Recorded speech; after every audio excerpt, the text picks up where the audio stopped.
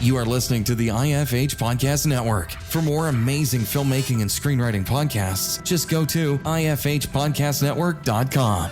Welcome to the Bulletproof Screenwriting Podcast, episode number 131. I know this will be the thing that will be my legacy. They won't say anything about my movies. I'll just be this guy in a rubber mask. Nick Castle. Broadcasting from a dark, windowless room in Hollywood, when we really should be working on that next draft. It's the Bulletproof Screenwriting Podcast, showing you the craft and business of screenwriting while teaching you how to make your screenplay bulletproof. And here's your host, Alex Ferrari. Welcome to another episode of the Bulletproof Screenwriting Podcast. I am your humble host, Alex Ferrari. Now, today's show is sponsored by Bulletproof Script Coverage. Now, unlike other script coverage services, Bulletproof Script Coverage actually focuses on the kind of project you are and the goals of the project you are. So we actually break it down by three categories: micro budget, indie film market, and studio film. There's no reason to get coverage from a reader that's used to reading tentpole movies when your movie's going to be done for $100,000. And we wanted to focus on that at Bulletproof Script Coverage. Our readers have worked with Marvel Studios, CAA, WME, NBC, HBO, Disney, Scott Free, Warner Brothers, The Blacklist, and many, many more. So if you need your screenplay or TV script covered by professional readers, head on over to covermyscreenplay.com. And today's show is also sponsored by Indie Film Hustle's Filmmaker Process. We provide screenwriters with professional services to get their films or series packaged, funded, finished, and distributed. Some of the services we offer are pitch deck creation, film budgets and schedules, domestic and international sales estimates, legal contract templates, and consulting. If you're looking to package a screenplay or project, Filmmaker Process can help. Head over to www.filmmakerprocess.com. Now, guys, today on the show, we have a special guest. We have film director, writer, and sometimes horror icon, Nick Castle. Now, Nick is responsible for writing classics like Escape from New York, The Boy Who Could Fly, Tap, Steven Spielberg's Hook, and August Rush. And he is the director of one of the most groundbreaking and my favorite sci-fi films of the 80s, The Last Starfighter. Now, the other thing he's known for is being The Shape. Now, The Shape was the name they gave a character in the movie Halloween by the name of Micheal Myers. He is the original Micheal Myers in the Halloween franchise.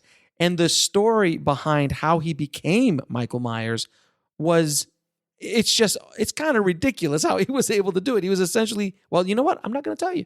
You're going to have to listen to the conversation to find out. But it is a hell of a story. And Nick really just goes deep down the rabbit hole about all his experiences working with John Carpenter, how he was able to work on Escape from New York, and then later working with James V. Hart, friend of the show, on Hook and August Rush, directing and writing an amazing film called Tap, as well with the legendary Gregory Hines, and so much more. So without any further ado, please enjoy my conversation with Nick Castle. I'd like to welcome to the show Nick Castle. How you doing, Nick? Very good, thank you. Thank you so much for coming on the show. I'm a big fan. There's a bunch of stuff that you've done in your career that I've shaped my life, sir. So I appreciate you coming on the show.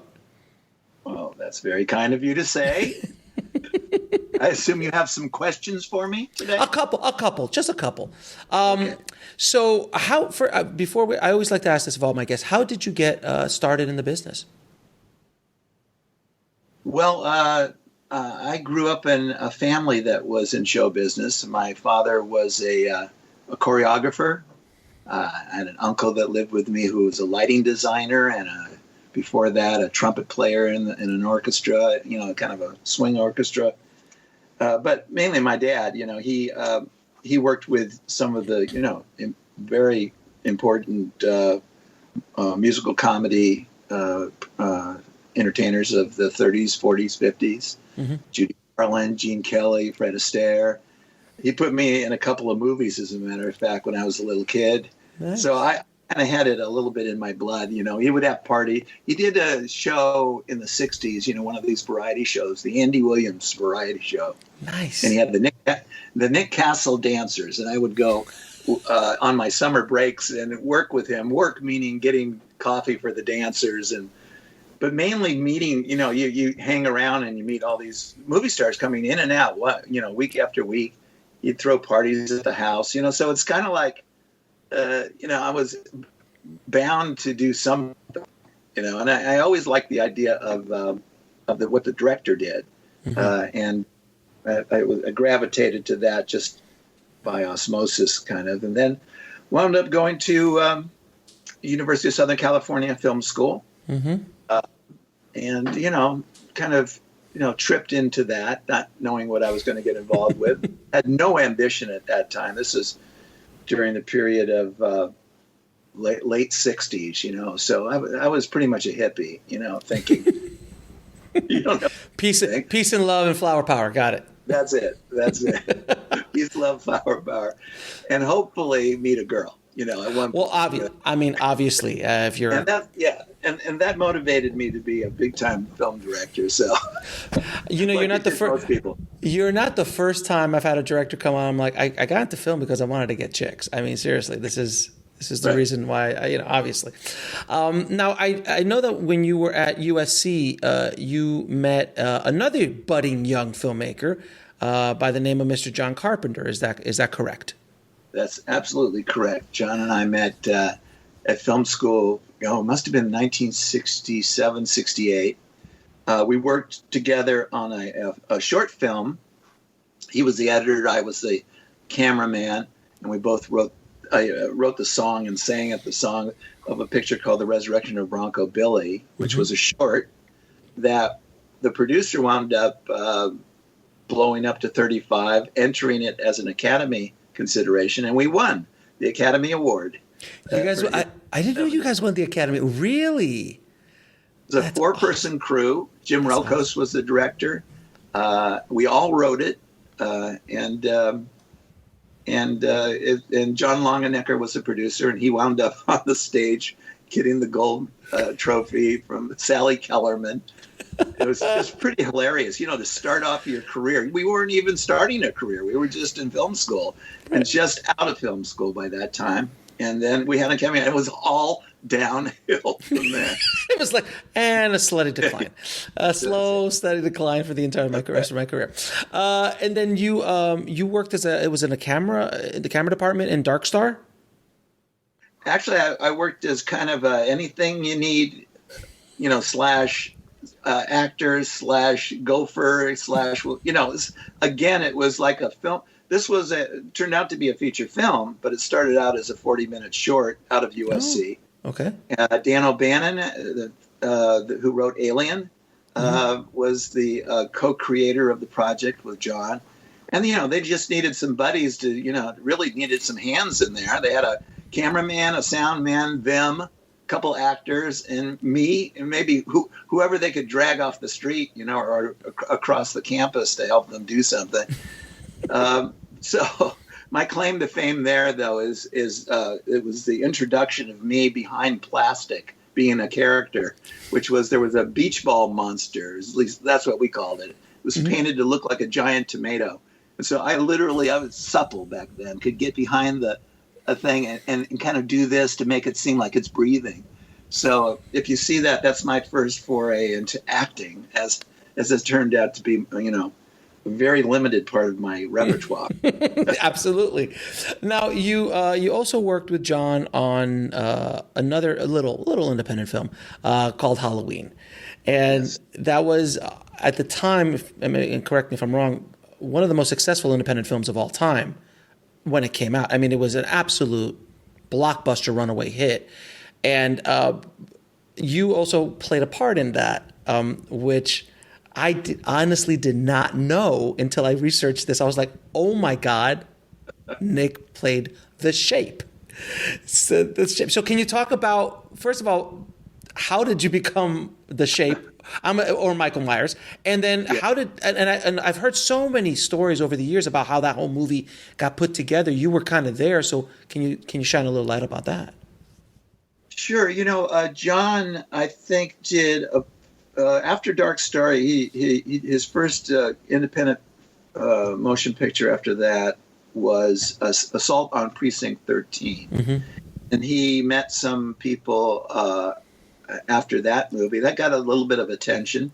It was a good movie. It didn't have a big release, but it attracted some people, including Erwin Yablans, who had an idea for a babysitter murder movie, and brought it to John's attention, and John took it over, and off they went. I think he said he wrote it in like a week or a weekend with Deborah, who at that point, Deborah Hill was the producer on the picture, and also his love interest in real life.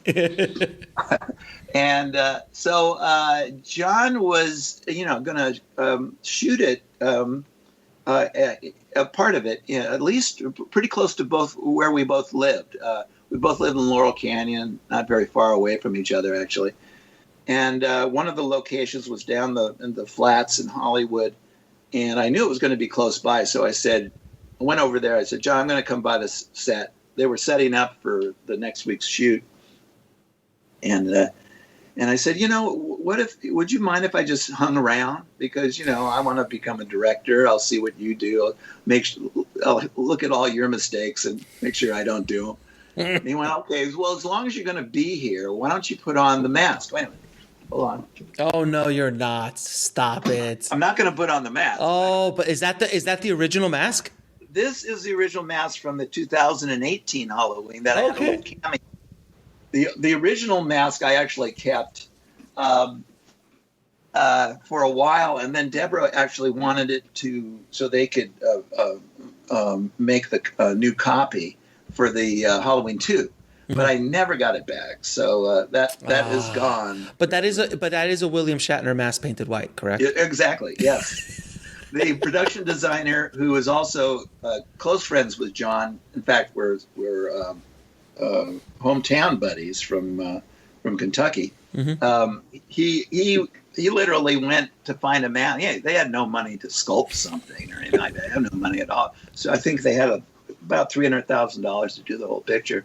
Mm-hmm. So their, production design budget was minimal. So he went into a local Hollywood, toy store and looking for something that he could make into something. And he found, I think, a clown mask that he thought was interesting. And he saw the Shatner mask. He said, oh, okay, I could do something with that. So he's really the genius when it comes to, because there's so many things that went right with that movie and had to go right to make it so successful. And that's one of them, I think, is really the idea of that mask and the character, of course. But it's spooky. Something's very spooky he wound up getting out of it. I mean, he was the first. Micheal Myers was the first kind of, as we kind of know it, the 80s horror icons like Freddy and Jason. Mike was the first one, and that really kind of like kind face painted white. I mean, Shatner, this is like a Star Trek mask from the 60s, basically. And it's a kind face. It's not like he doesn't have hard features. So that mixed with the hair and then just it's just weird. It was just it hits you in almost like in a primal way when you see Micheal Myers. And then of course the music. Oh my God. Well, John really hit it out of the park there. That again didn't take him very long, but he had an idea of, the kind of timing he wanted, the simplicity. And he's a good musician, self-taught, even though his dad was a music teacher, but he's not someone that reads music, for instance, but he hears it and he can play it. And then also, a couple of things that he kind of, was in the forefront of, which was that electronic music. Mm-hmm. And then using the Panaglide, that spooky kind of airy. That was the first time that was ever used. Oh, I mean, not the first time, but one of the first times in motion pictures. The Panaglide was kind of like the Steadicam of its day, or is it like a little bit after or before, or a competitor of Steadicam? I think I think Panaglide was just the one where Panavision's version of it. Got it. Yeah. But you're right. It was kind of like this souping, because the first time you see that, even when you see it in The Shining, or even, well, I would think the first time they used it was on Rocky, wasn't it, in '76, when Up the Stairs. Yeah, it's one of the first. Yeah. It's but also using it as a point of view. That was the first time it was done right, and it was just very like you're there, and I think that is what makes that film so damn spooky. Because behind the mask, you feel like you're the killer. Oh, it's very. Even today, it still works. It does. It ages very well. Other than the clothes. Yeah, I think so too. It's John is a filmmaker. He's just not a shooter. He understands the history of motion pictures, and then is a student of film, and so that's brought to bear there, and you can see his not just his raw talent, but his educated talent. There, I think it's quite well done. And then you played Michael the entire time. Yeah, there were certain times when Tommy Wallace, who I mentioned, put on the mask because this is how cheap it was. They had it. There were a couple of times when, like, Michael puts his fist through a door, or he puts his fist through a closet door, and Tommy just said, "Well, I better do that because I know where I scored the door. So if you miss it and ruin the shot, there's no second door." I don't care about your hand. It's really just about the door, honestly. It's about the door. It's costing $120. They don't have $120. Second door. So that was the reason for that. Then there were a couple other things, like there were stuntmen, and then there was a reveal at the end that wasn't me. They take off the mask, and it's a guy named Tony Moran. They just wanted a certain look for who Michael really looked like. Right. And they had little kids, so I didn't look anything like that little kid. So, and you were essentially just like hanging around the set, and John's like, "Hey, put the mask on." Yeah. You'll see some behind the scenes things. I'm just hanging around. I have the mask dangling out of my hand. No one knew, of course, this would be what it became. Right. At the time, no one had an inkling. And here I am, like whatever it is, 40-something years later. That's what I'm known for. I could do Last Starfighter, Tap. I could do all these other movies. Forget it. That has nothing to do with my family. You're Micheal Myers. You're Micheal Myers. Michael damn Myers. So it is pretty fun. I mean, look, I have, I'm an action figure. You are. Look, I mean, it must be, honestly, it must be so trippy to be in an independent film. And then you're still talking about it 40 odd years later. And I'm sure you're asked about it everywhere you go. And you see like that little action figure, and I'm sure you've gone to conventions and events and all of those things. That must be so trippy. Like you were just like, I was just hanging around the set. Like this means nothing. Like we were just chilling. We had no idea. I know. I mean, I've actually brought, we've had trips like going to Germany, going to London.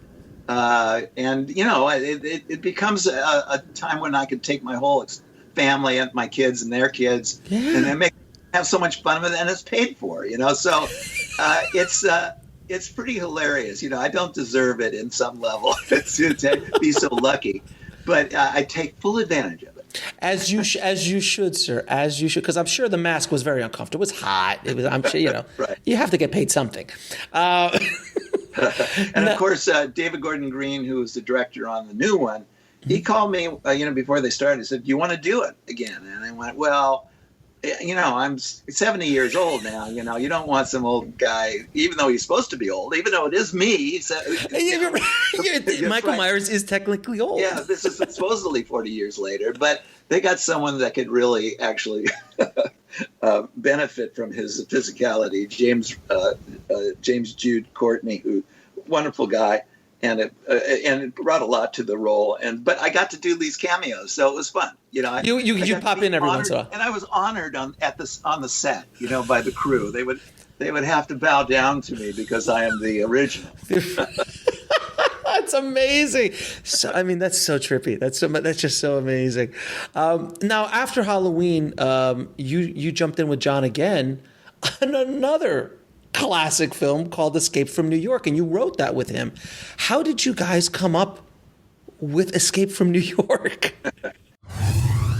We'll be right back after a word from our sponsor. And now back to the show.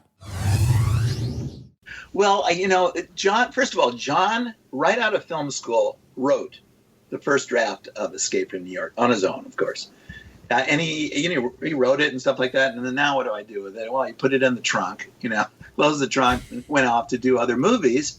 And then after he did, I think, The Fog, the studio that did that, they really wanted to get in business with him. They say, what else do you got? So he went to the trunk, pulled out this, kind of pitched them the general idea without, saying that they had the script complete, and they loved it, So then he called me. He said, Nick, I really need another set of eyes and ears on this one. Would you be willing to come up and, talk? We'll just come up, have fun, sit around his pool. Again, he lived right next to me, and we'll talk about, flesh this thing out, put a little bit of humor in it. And, I think he knew what I could bring to it probably. So that's what we did. We just had fun, two friends laughing it up, trying to think of where Snake should go in New York. Well, you got to have a taxi ride. You have to go to Madison Square Garden. You got to do this. You got to do that. And then, forming it, coming up with some nihilistic ending, which was pretty hilarious. And then again, that was before I started directing again. So I said, hey, I'm going to hang out again. So I didn't get to play a character. I did play a character in there, actually.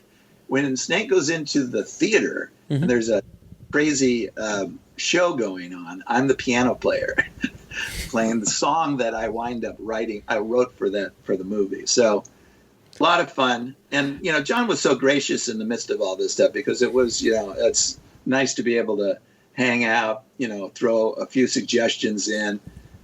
He's very collaborative that way. Great guy. And I learned quite a bit from that kind of apprenticeship. And you guys shot, because obviously you didn't take over Manhattan. So I think you shot in, was it Detroit or Michigan? Where was it?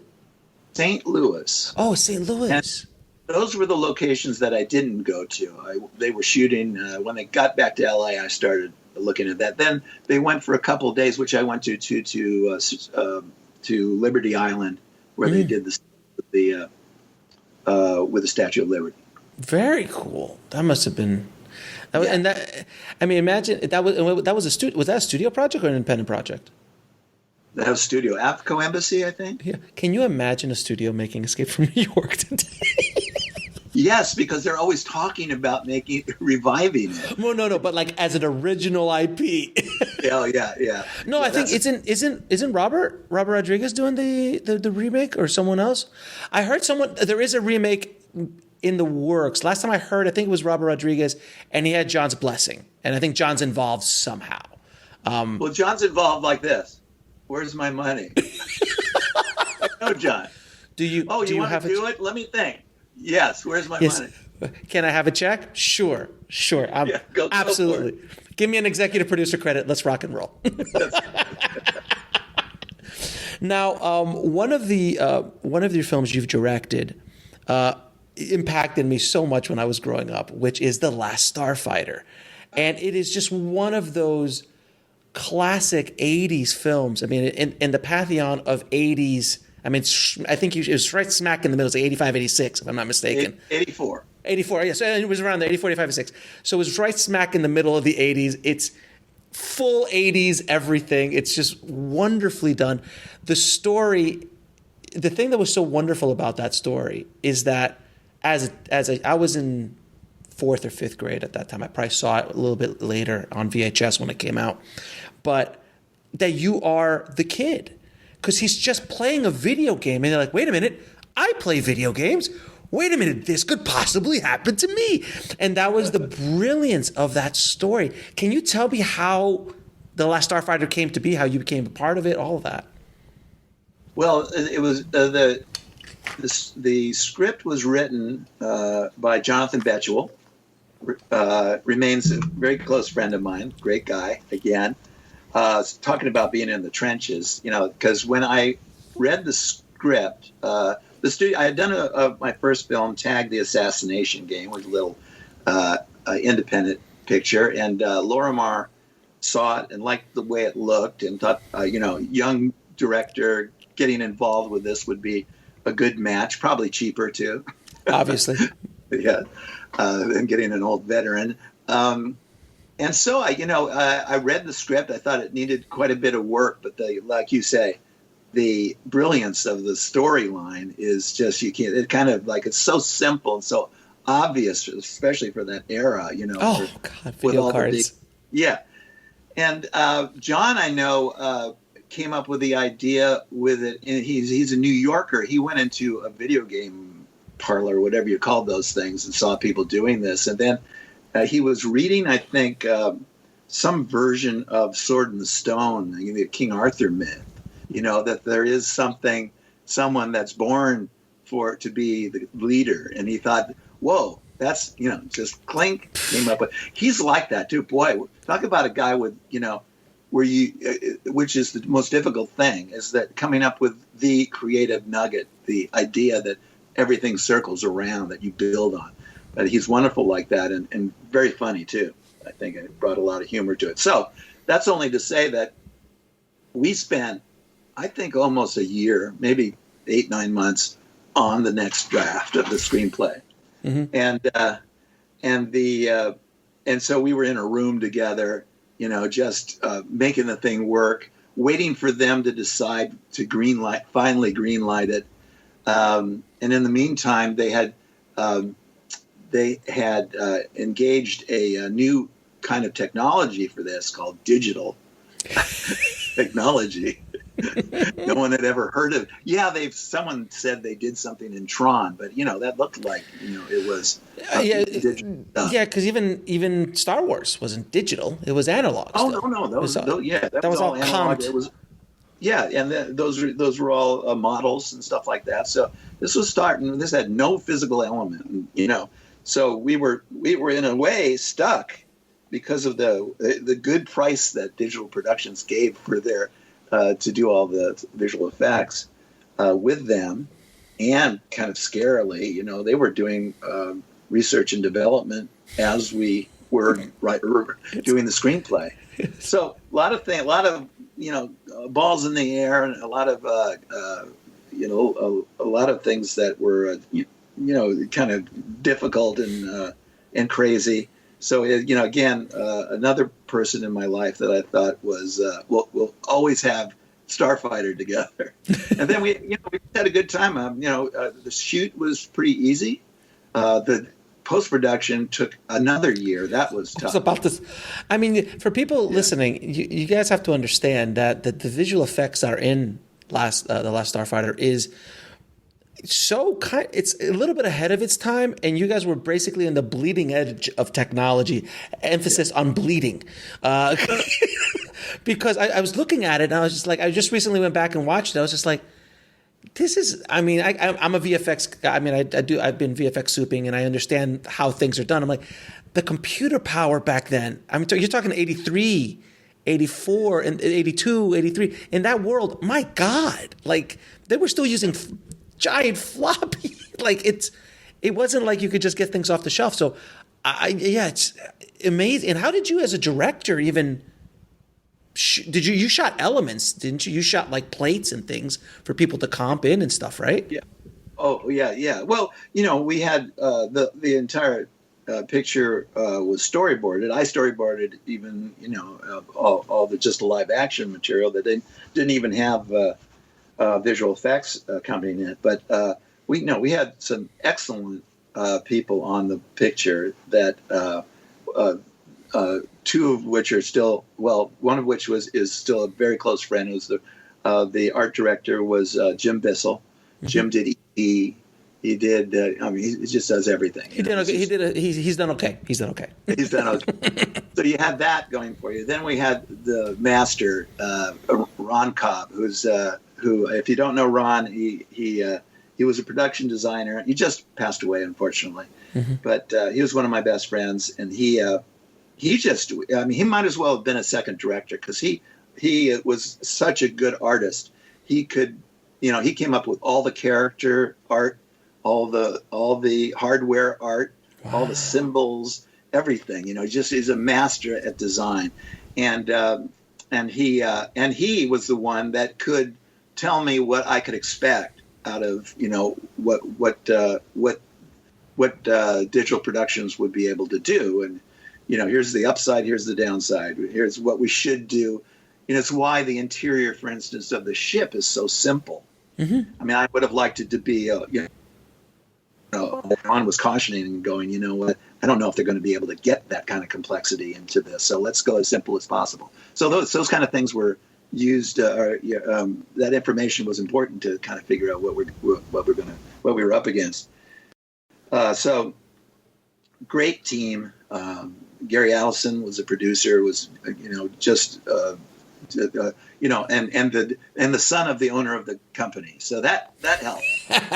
So make sure you had everything you needed. Yeah, but that wasn't only Gary's strength. He was also very, very good at story too, and has a lot of good ideas. And that was a good team, real good team. And like you say, it's a staple of the '80s. It's something that is always threatening to be either remade or made a sequel. I've heard rumors for years about it. So do you have any updates on that? Anything going on? Well, I mean, back in the early 2000s, John and I had a script with a studio, and it was really very close to getting started, but it just fell apart because of these complicated rights issues, because it turned out to be that two studios had thought they had to claim to the rights, and neither of them would get into partnership with each other. And John had the rights to the characters, and then finally,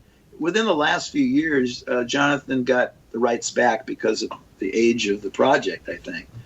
And now he has another way he thinks he wants to approach it. So there may be some hope for all the Starfighter fans. There may be in the not too distant future. a new version. And what he has always wanted to do is, no matter how long in between, make it a sequel. So it's not like a reimagining. It's not like and this was something we wanted to do. Almost 20 years ago now, when we wrote it. Kind of prefiguring what Star Wars wound up doing their 40 years later thing. Right. So I thought we were pretty clever. We came first, even though we didn't get it produced. We had it first. We had it Lucas, wherever you are, billions of dollars. Counting, just count. I picture him in a Scrooge McDuck situation with the gold nuggets. But I mean, they did it with Tron. Which is very similar. Like they did that sequel, and I think that was I loved about the sequel about this. Like they just brought in the old and brought in the new, and I think that would be an amazing thing to be able to do with the Last Starfighter, like with today's video games and virtual reality. There's virtual reality. There's so many different angles you can go after with it. I wanted to ask you though, as a director during that time. With being on the bleeding edge of technology, I've had the experience of being on a project where I didn't know if the visual effects were going to come through, and the story depended on certain level. Like if we can't make this VFX work, the movie doesn't work. Right. And that is and it was at the time that I was doing it, it was just like really at the beginnings of off the shelf visual effects. Meaning like my team that I had, we had the tech, but like no one had really done it on this level on an indie short film, and it was like really high end stuff. And my guys were all kind of young, which by the way, they all went off to do like Star Wars and Skyfall, and these guys all turned out to be amazing visual effects artists. But at the time, I was terrified, so I did kind of had a backup plan just in case I could maybe cut that out or cut around it. But did you at some point did you just go, man, if this doesn't work, we don't have a movie? Well, yeah, no, that was always in the back of our. It wasn't just me. Can you imagine the studio? Right. That put the 13 or 14, whatever it was, $1 million into the thing. That up, at one point, our visual effects coordinator, Jeff Oken, who did a fantastic job too, by the way, saving our ass a number of times. He did the calculations, and he's, at this rate, this will be done in 5 years. They can't sustain it, because every frame, so long to render, every frame, and even though they had what they called the Cray computer, which was a thing that looked like a giant sofa. In fact, it did have something you could sit on, and then all these it looked very, very, very 80s visual effects. It looked beautiful. And even though they had that, it really did have the amount of power that's now in my iPhone, your Apple Watch. Yeah. It really, and I'm serious. I know. Yeah, and so your point is, everyone was nervous about it, and we just had to be creative. Things like that's why I had to be there for a year in post production. I'd be on the in post production at a terminal, looking at the thing, and they would go, "Okay, that plane back there. Is it gonna get any closer than this? Because if it doesn't, we don't have to put all this other information onto it. We can just let it be kind of like a stick figure." And I said, "No, you're good with the stick figures, but every shot, every element, stuff like that we had to do in order to make it make sense." And then there were things that are the worst. The worst of the effects were their inability to do terrain. Like there's a sequence where the ships go into tunnels. Forget it. And they could not at that point get the detail and then smooth out the edges and things like that needed to make it look. And Jeff, he had a whole plan of doing models for that, and came to the production and said, "Okay, we'll fly the digital ship, but we'll do it in models, and it'll look real, as opposed to this." And the production said, "How much is that going to cost?" And he told them, they said, "No, we have this much money. Those guys said they could do it. They're going to do it." So I wound up in the final coloring. Just at some point, I just kept going lower, bring down the lighting. So you could see some of those shots. You can't even see where you're looking, and it's for good reason. It looks so bad. That's amazing. So you just kept darkening. It's like, So for everybody listening out there, visual effects are bad. Just darken it just a little bit. Listen, when I was in film school, it was 95, and I was working on a video toaster back in the day. Right. And I remember a ship, just doing a 3D model of a spaceship and moving it from point A to point B. That was 5 days. Yeah. And if it crashed, you start again. So I could only imagine what you guys had to go through. It's insane. And things weren't invented. For instance, motion blur, which for your audience is like, right. Car goes by and you kind of see it in a swish of colors and stuff like that. Well, if a ship went like that against your camera, it would pixelate, because you have to instruct it to have this blur. So they had to invent motion blur for the movie, and they didn't know how to do that. Just things that are kind of simple physics in models are not simple physics in the digital world. So there's a lot of very inventive people. Talk about people in that world that went on to do work. That they all are master technicians. Jesus, it's remarkable. Yeah. Now, when you also got involved with a friend of the show, Mr. James V. Hart, who's been on the show a few times, and you worked on another one of my favorite films growing up, which is Hook. And you work with Jim on Hook, and I've heard the story from his point of view that his son said, "Hey, what happened if Peter Pan grew up?" and all that stuff. How did you get involved with Jim on that? Well, Jim, let's see. I had done a movie for TriStar, and the the people there were fond of the movie, liked working with me. And then the same producer of The Last Starfighter came to me with Jim's idea of exactly what you just said. I'm sure Jim does a wonderful job of giving the background with his son and everything like that. We'll be right back after a word from our sponsor. And now back to the show. Talk about another. This was very Starfighter-y in a way. What a kernel of an idea that you can build around. You know, it's like it's so great that you can't believe that no one has ever thought of that. Like, what happened if Peter Pan grew up? Yeah. Done. Yeah, exactly. Yeah. It's just such a wonderful notion. So, similarly to what I just explained in The Last Starfighter, first of all, the company said, "Okay, Nick, we like you. We like the idea. Nick, will you work with Jim on the screenplay and develop it with him?" And I went, "Yeah, because this could be great." So again, this was another one which I don't know how long we took. Again, at least a half a year, maybe more. Just going over it, coming up with a structure, some of the details, and Jim went off and wrote it, and we'd get back together and this and that, and we came up with, I thought, a very good first draft, a solid first draft that went out to the stars that got interested in it. At that point, I was going to direct it, and then the studio got a little cold feet when they saw how big this could be, And so, without going into on any of the gruesome details, the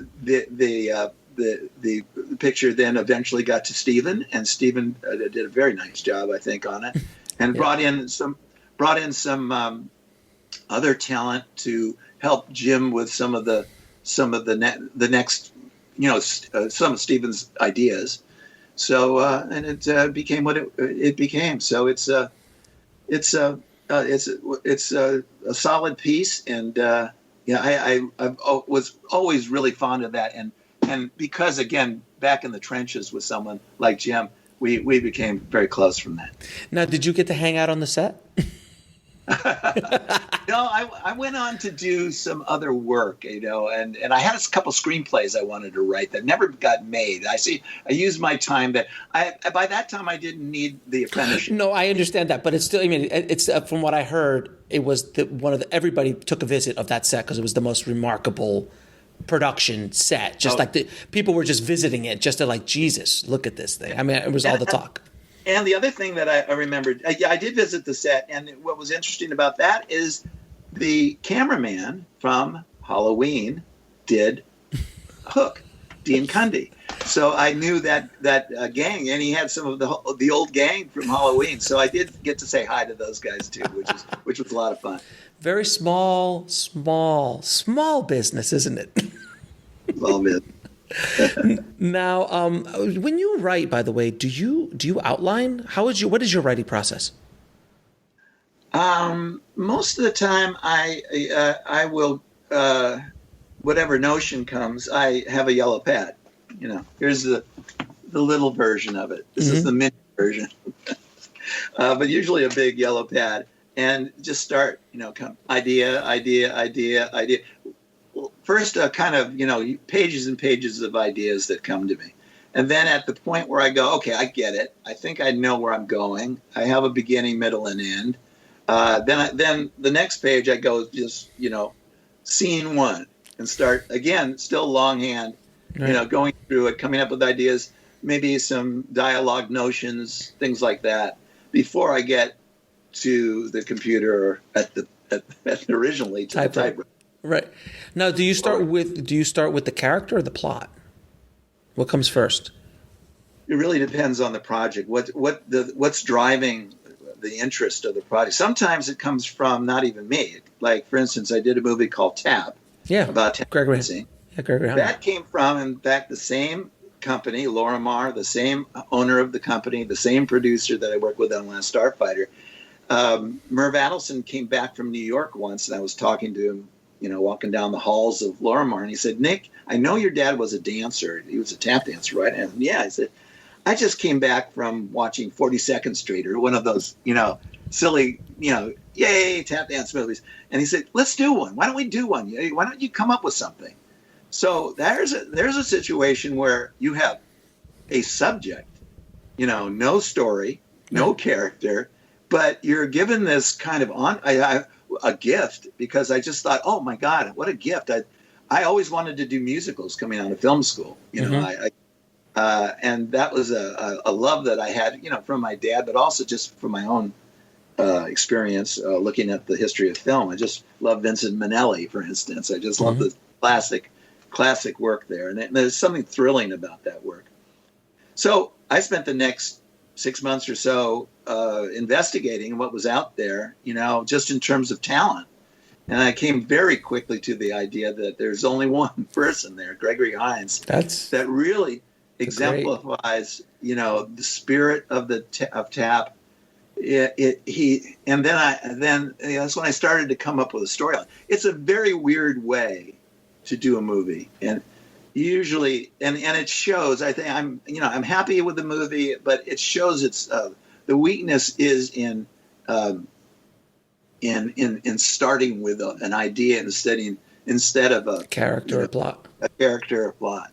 Yeah, something like like we were talking about before. If you have the idea of what happens if Peter Pan grows up, boom, you know where to go with that. If you that's just character. You're just starting with character. Yeah, basically. Yeah, exactly. Or a situation like the Last Starfighter, where it's like what if you were So this one is, it's a little backwards, and it's a tough thing to pull off. I wouldn't suggest it necessarily starting with that. But sometimes you're told, like my first movie called Tag the Assassination Game, same kind of thing. I had not directed then, but my neighbor came up to me and said, Nick, I have some people that want to do this craze, do a movie about this craze that's going on college campuses called Assassination, or I forget what it was called. It was like rubber tip dart guns, then you go around and stuff. Boy, you couldn't do that now. But not so much. Not so much. Not so much nowadays. Not so much. But you can see how innocent we were back. Oh my God, people don't understand. Days. How we're alive is beyond me. I talk to my wife all the time, like, how did we survive our teens, like in our college years? I mean, the things you do to yourself at that age. Oh my God, it's insane. But there was a situation where, I agreed to put together a little draft of a treatment, based on an idea in a newspaper, as opposed to, so that one kind of helped itself, because it seemed like once I thought, okay, then the game goes for real. Someone goes crazy and starts using a real gun. Okay, now I know what I'm going to do. Boom. So those are the kind of things that, they're different things. Like The Boy Could Fly, which I did in the 80s. Well, came from my friend Ron Cobb, who I mentioned before as a production designer. He was going to do the original E.T. He was directing E.T. Before as a horror. It was a horror film before it was what it turned out to be. When Steven saw it and went, I'm going to change this, and I think I'm going to direct it. So I'm sensing a kind of deja vu here. There's a little deja vu there. But Ron was talking about how the character was going to be maybe autistic, this kid. Mm-hmm. And I didn't know much about that, but I really found that fascinating. And so I thought, I want to think about this, like a kid who's autistic that it almost seems like they're magical. And at the time I was reading Dumbo to my kid, so you put the two things together. I know. You shuffle around, and then boink, the light goes on, and then you have a movie. E.T. I think someone has cut online somewhere a trailer as E.T. as a horror movie. Like they've edited a trailer that's a horror movie, and you could easily from that movie cut a horror movie trailer. Yeah. But that would have been an interesting approach, to say the least. That's right. Now, you also worked with Jim on another one of my favorite films, which is August Rush. Yeah. Absolutely loved August Rush. And I've had Paul on the show, I've had Jim on the show, and now I have you. So I'm now it's a trifecta. So from your point of view, how did you get involved with that project and mold it into what it was? Because it was kind of a meeting of minds, if you will, taking it to different places. Well, this was another a project that came to me through the producer. There was a screenplay by Paul, and it what it had was a great notion, a great character that this kind of, again, a kind of real but surreal sense about it. But again, a way to talk about the magic of music in a way, that we all kind of love, and it moves us. We don't even understand what that is that moves us. I just love all that, and the fact of putting it in a character that has somehow embodied it, and Paul had it going off to a certain right field, with the basketball, and the kid grows up and stuff like that. And when I read it, I came up with an idea, I think, that solves what would create the essence of the storyline, which is the kid lost his parents, and they're both musical people, and he's born without them, and he still needs them, and the way he finds them is through the music. He doesn't grow up, like it was in the original thing, but he goes on a journey to find them, and in the journey he finds it becomes a little bit of a classic English character, who meets various nefarious and friendly characters on his journey. So it was a journey movie, but based on this kind of instinct that this kid had for being able to hear music in anything. It was a notion I had in Tap too, that there's a scene in that movie where I came up with the idea that the father had got his rhythms from the sounds of the city. So he would hear like a car going over a grating and hear da-dum-ba-dum-ba. So he would take that and go da-dum-da-dum-dum. Start, so that idea that the mind creates a connection with nature, and in that case with the city. So there was something about that I thought was fantastic, that was in Paul's original idea, to expand that. And, so we went from there, and then I wanted to direct it, and Steven didn't do this one. Steven didn't do this one. I know that. He didn't get that one from you, Nick. He didn't do that one. but the producer wasn't sure. He wanted to keep his idea, his options open. And this is before I did my draft, by the way. So I said, well, I got to direct it or else I'm not going to do it. So I walked away. And about, 5 months later, I kept thinking of it and going, God damn, I know how to make this thing work. And could be really cute. And so I went back to the producer. I said, okay, have you got it any further? And he said, not really. And I said, let me come on. I'll just write it, and we'll see how it goes. So that's what happened. I just wrote it, and it got to that. It got to a stage where it looked like it could be, it could attract some money in a studio. And then Jim came on and just really did a nice job embellishing it, bringing in characters that it needed to, and really kind of brought it home. Right, and then the second Robin Williams said yes, it was a go picture. That's right. It's always somehow Robin Williams. And I didn't meet Robin on Hook, and I didn't meet Robin on that either. Wow. But I did meet Robin somewhere in between there at my friend's wedding, who was a friend of his. But I never did, and of course I never will now have had the chance to just kind of sit down and say, God, if only we almost, or I would have loved to had a relationship with him, because he just seemed like such a great guy. Yeah, Jim talks we have a long conversation about Robin and some hilarious stories of stuff that they went through from being on Hook and on August Rush and stuff. But Robin I had a chance to meet him for 10 minutes one day. And it's something that you don't forget. And he wasn't on that day, and he wasn't cracking jokes. He was just normal. And it was actually a few months before he passed, which was really, it was really rough. But I had the pleasure of meeting him. And Jim said it when he was on the show. He's like, the script was going around town and this and that, but then Robin Williams said yes, and it was automatically a go picture. Like instantly, they're like, okay, here's X amount of dollars, and let's rock and roll. And he was one of those guys that could just, the second he said yes, everybody said yes with him. It's nice. It's nice. Yeah, look at that. It's nice if you have that kind of power.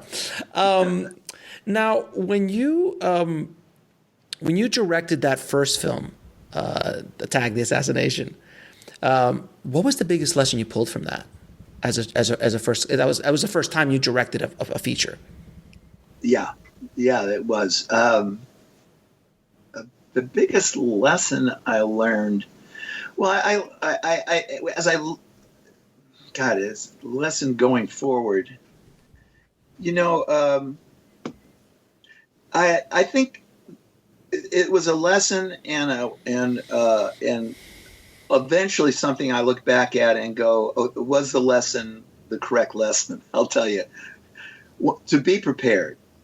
You got $1 million picture. You have 25 days to shoot it, and you for a young filmmaker, I wanted to know every angle, making sure I had the right eye line for every shot. Don't cross that line. Don't cross that line. Yeah, don't cross the damn line. Have been at every location, have storyboarded everything, at least in my own little scribbles, so that I could approach the production from the standpoint of a professional. You want to go in. You are the leader of the gang, and you want to be able to impart a certain amount of stability to the crew, so that they do their best work. So I think that was it. But why I say that was also problematic is that you could get so stuck in that, in the barriers that you put up for yourself, or here's what I'm going to do. That you lose a certain amount of spontaneity that you can get from the set. Not that I didn't do that, but I remembered one time on the set, my favorite moment, and no one would ever notice it. Hamilton is talking about something. She says something very, something dramatic, and right in back of it was a barbecue, way in the distance. And I said, "Oh, good. Hey, get some fluid, get some barbecue." And when I do this, you throw the barbecue light in the background. And so she says this thing, and then the fire goes up in the background, just as a kind of hint. That was my favorite part of it because it was so spontaneous. Yeah. And you get a lot of fun out of that. And I think that's what a lot of good directors look for. And it took me a while to try, and maybe it's been a part of what I look back on and don't like about what I did is that sometimes it's just too much on the horse holding the reins back, But that's a gift and something you have to watch out for, especially as young people that they want to do it right, and it's scary doing that. So you want to be prepared. You want to have it all together, but you also have to open up to what's available to you too, especially with the actors. Yeah, and that's the thing, though. I think that that's time and age and experience. Like your first move, you've got a first-time director out there who's just like, let's play jazz out here, everybody. Let's just do this or that. Yeah. You're scared to death because the guy has never done it before. The gal hasn't done it before. So I guess those first features have to be a little bit more tight, But then as you get older and you do more stuff, then you just become much more relaxed. And I always equate it to being like catching the magic. Catching the thunder or the lightning in a bottle, because there's things that you will never see other than when you're on set. The magic that the actor brings or the environment brings, or something happens, or you just see a barbecue in the background, like, wait a minute, boom, throw something. That's something you can't plan for, Yeah. Now, did you also have because I do this all the time when I go on set, a shot list that's obscene. Like I hand it over to the first AD, and the first AD is, 80 shots. Okay. Before lunch. Oh, okay. And those first days, I was so prepared. That's what I would give them. And then obviously I would get 4. Now I'll do like 40, and I'll just tell them, I understand. We're not getting all of these. I know we'll get 10, but they're here just in case things are just flowing. Yeah. Was that your case as well? Like, did you like overshot list something that people are like, you're insane? We'll be right back after a word from our sponsor. And now back to the show. No, I was pretty conservative in that way. Okay. I kind of could see how long it would take to light, which was so I'd prepare for that. That would be part of my calculus, and I would have, especially like we're saying for the early shows, I would have the shot list, boom, to my assistant, the assistant to the AD to the cameraman, and we'd pretty much have the day planned and down to the inserts, So that, and like you're saying too, as things went on, I would be maybe just get bored with that kind of preparation or get lazy after a while. You get lazy and you just go, okay, I know what I want. I'll just give them a general idea. And they said, we're fine. Don't worry about it. We're fine. But that takes time, and a lot of first-time directors don't get that, or even young directors don't get them. Like, at a certain point, like I'll just walk on a set now and just go, all right, here. I'm not going to storyboard out a dinner scene, like unless it's something really elaborate. But before I would. Yeah, exactly. Because you need that security blanket. But now you're like, all right, put the camera here. Let's go over here. Let's dolly here. Let's rock and roll. But when you get more elaborate with some of these sequences, yes, storyboarding and previs and all that would help.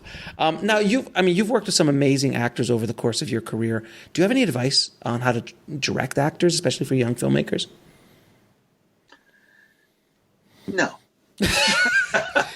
You're screwed, all of you. I'm sorry. No, and I say that honestly.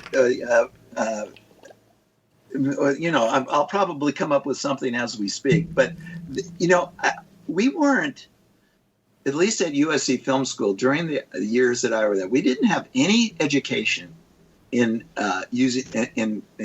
dealing with actors. It was the one thing that I'm sure they must have corrected. Certainly by hand. Nina Foch, the great Ms. Foch, she had a legendary class there. That I've taken because it got recorded before she passed, and I took it. Yeah. I was like, oh my God. And everyone from Ed Zawick, and they all took those classes, and they're like, oh my God, it changed the way. Yeah. So they did fix it. But you were screwed, basically. Got it. You should actually get a refund for a little bit of the tuition. I'm just saying. Exactly. So, I just would be sometimes playing it by ear. The actors have different processes. You can't assume that you're going to say, okay, we're going to have a 2-week rehearsal period, and you're going to come in here and you're going to do this, and you're going to.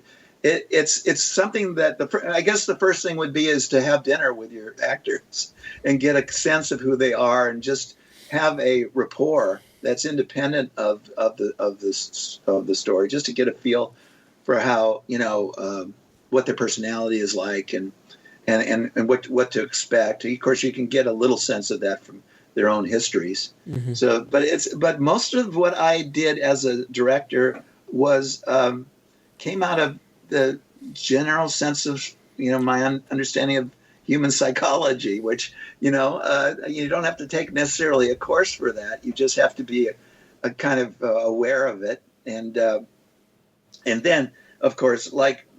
I probably are closer to some of the directors that are more about making sure that they have just hired the right person.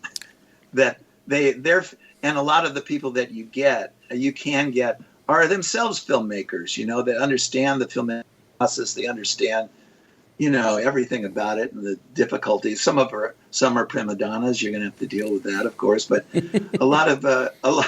I've found a lot of the people are, they understand when we're how the process works. Where you're going to, and you try to make the sets as comfortable as you can.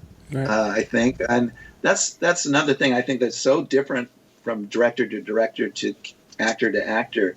My theory was to make the set itself just a fun place to be.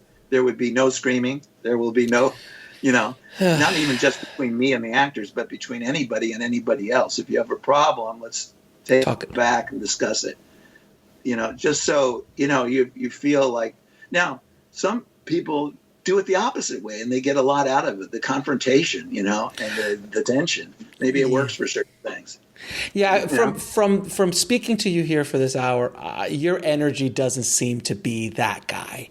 No. The yeller, the screamer. You seem the happy set, the collaborative set. Hey, we're here to have some fun set. But I've been on those other sets where they thrive on confrontation. They thrive, and it pushes them to another place. But that's someone else's process, and hopefully you signed up for that as an actor with that director. It's not a surprise to you. Now, I'm going to ask you the last few questions I ask all my guests. What advice would you give a filmmaker starting in the business today?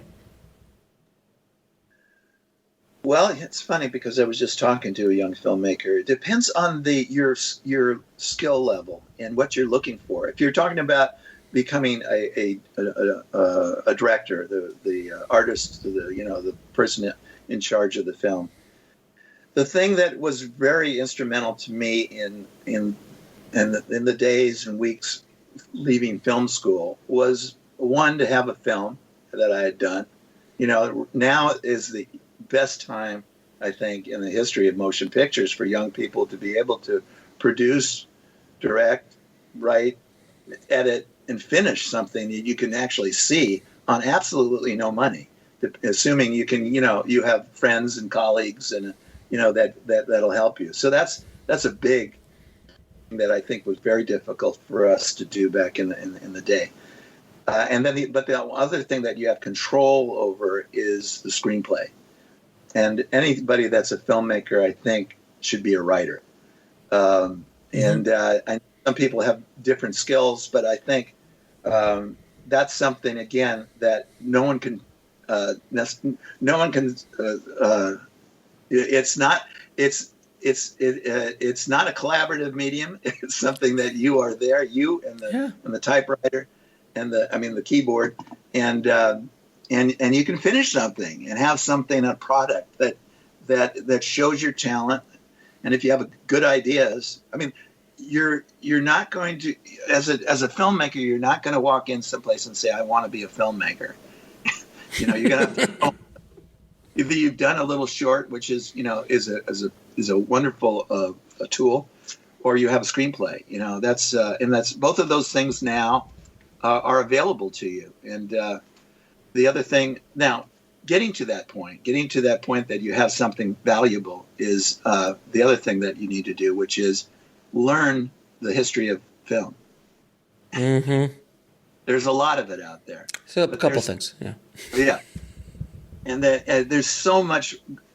One of the best things going to USC Film School, as a matter of fact, I've felt was not just meeting the individuals that I would wind up working with and getting a lot of help from, like John, for instance, but it was the film retrospectives. There'd be Preston Sturges Festival, there'd be a Western Festival, there'd be people coming over talking about films.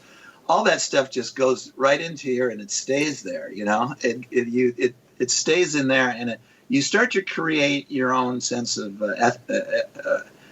I want to say aesthetics, style, yes, style, aesthetics, and you start to find as an artist. So, and then the other thing that I remember John Huston saying to that question, I went to on the Queen Mary. They had the Directors Guild had a weekend of John Huston movies with John Huston. Oh my God!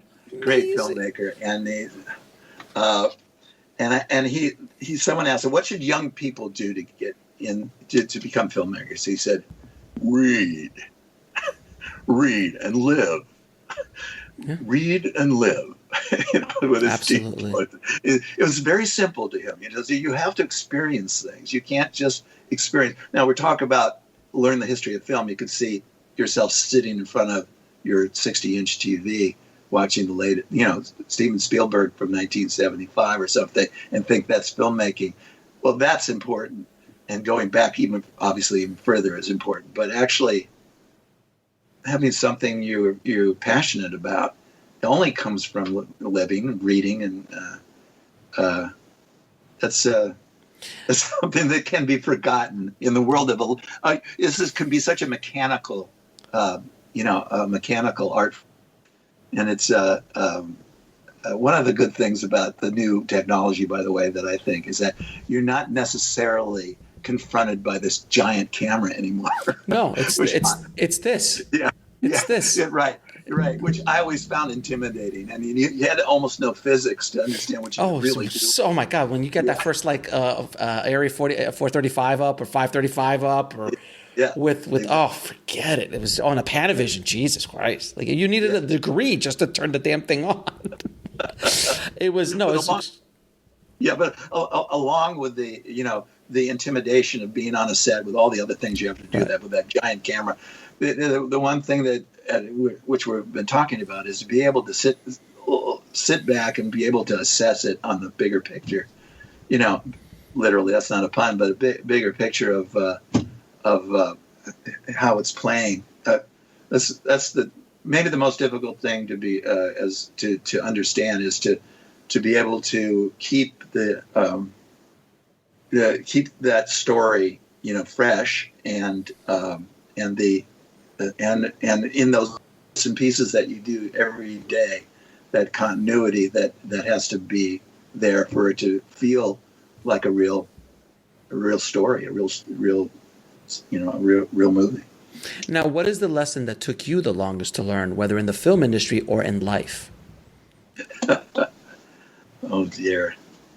Yeah, I think it is that same thing in a way. Stepping back to smell the roses, smell the flowers. Enjoy the journey. I'm doing, we're doing it right now. I'm trying to think of how much more I can spend with my family.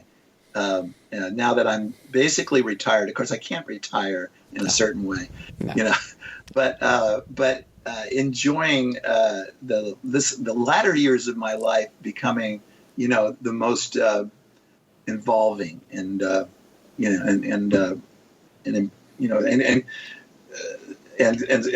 enjoying living. So most of the time when we're enjoying making a movie or enjoying our career or enjoying, there's so much about the acts of creating a career, and you have to do it in order to be successful. You have to put everything into it. Mm-hmm. Be able to step outside of it is the most important thing. And last question, 3 of your favorite films of all time. Oh boy. Let's say Meet Me in St. Louis. Yeah, that's come up quite a bunch. Has it? Show. Yes, yeah. It has. It's a beautiful film. Oh God, there's just so many. I would The Searchers. Oh, also another one that's made the list many times. And let's see, West Side Story. Yes, very good. Yeah. Which brings us back to what we talked about earlier, which is now being remade by Steven Spielberg. So, what? Another one. Done it again. That's funny. Nick, it has been an absolute pleasure talking to you, man. I really appreciate you taking out the time to talk to the tribe today and sharing your knowledge and experience and stories with us. So I truly appreciate it, my friend. Thank you so much. And I hope to see you on the set of Last Starfighter too. Yes, that would be wonderful. Thank you, Alex. Thanks a lot. I want to thank Nick so much for coming on the show and sharing his filmmaking journey with the tribe today. Nick, thank you so much. If you want to get links to anything we spoke about in this episode, including how to watch some of these amazing films, head over to the show notes at bulletproofscreenwriting.tv/131. And if you haven't already, please head over to screenwritingpodcast.com, subscribe, and leave a good review for the show. It truly helps us out a lot. Thank Thank you again so much for listening, guys. As always, keep on writing, no matter what. Thanks for listening to the Bulletproof Screenwriting Podcast at bulletproofscreenwriting.tv.